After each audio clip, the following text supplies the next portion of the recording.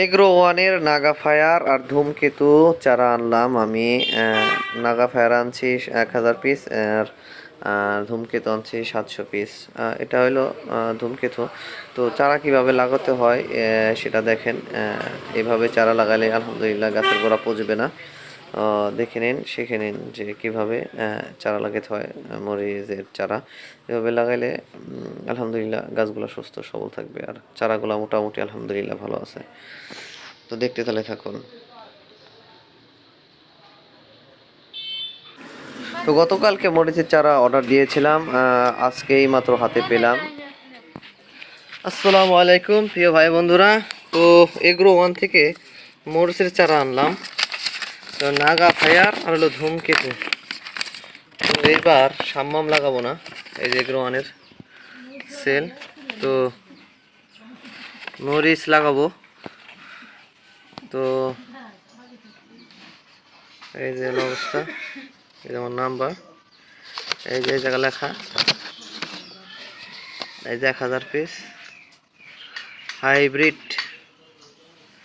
Chilli Naga fair seed কি seedling 1000 piece আর 700 piece,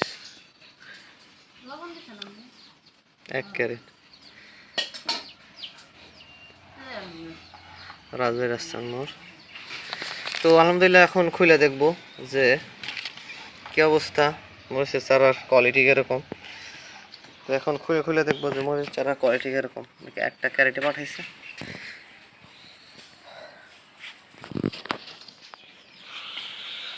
তো এই যে এখন এটারে আনবক্স করে দেখি কি অবস্থা।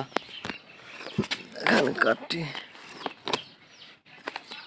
চারার কোয়ালিটি কিরকম তো আপনাদেরকে দেখায়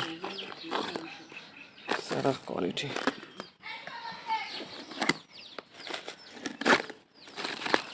আশা করি গ্রন্থ অনেক ভালো মানের প্রতিষ্ঠান। তো আশা করি মানে চারাগুলা সুন্দর ভালো হবে। দেখা যাক কি হয়, কেমন চারা। এই যে চারার অবস্থা, এই যে চারা, এই যে চারার অবস্থা। কোকোপিটের মধ্যে চারা,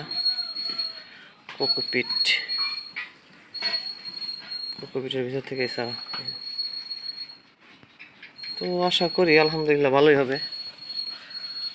চারার দেওয়ার অবস্থা, পাটে পাটে দিছে চারা, এটার পরে আর এক পাট, এটার পরে আর এক পাট। চারার অবস্থা প্রিয় ভাই ও বন্ধুরা, এই হলো চারার অবস্থা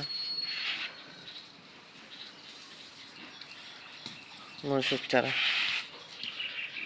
তো দেখা যাক কি হয়, ইনশাল্লাহ লাগাই দেখি। তো এখন খাইটা গোসল টোসল করে জমিতে যাব কিছু গাছ লাগানোর জন্য।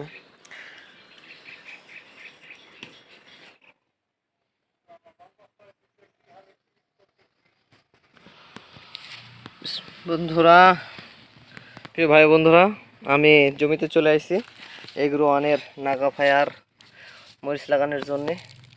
এই যে মরিচ লাগাচ্ছি, মরিচের চারা লাগানো হয়েছে। তো আমি লাগাইতেছি এইভাবে। তো আগে সার দিয়েছিলাম, শুধু আমি একটু ফাঁক করে এই যে চারা, এই যে চারা সুস্থ সবল একদম সতেজ চারা। এই যে শুধু দেওয়ার পরে একদম নিচে যাবে না, যতটুক গোড়া ঠিক ততটুক পরিমাণে এই ঢেকে দিলাম। এভাবে মরিচের চারা লাগাইতেছি। এই যে পুরা জমিতে আমি লাগাই দেবো। তো ইনশাল্লাহ আপনাদের আপডেট দেব দিনে দিনে যে কয়দিন বয়স হলো মরিচের চারার। তো আজকে হইলো আপনার 9 তারিখ মে, 9 তারিখে চারা রোপণ করা শুরু করলাম। দেখা যাক ফলন হারভেস্ট কয় তারিখে করতে পারি। তরমুজ ক্যাচ শেষ হয়ে গেছে।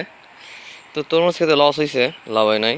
অল্প কয়েক টাকার তরমুজ বিক্রি করতে পারছি, আর তোরে খাইছে, ফলনও বেশি ভালো আসে নাই, একদম সীমিত ফলন আসছে। এখন আর মরিচ লাগাবো চিন্তা করতেছি, তরমুজ খাইয়ে ফেলাই দেখে মানুষ।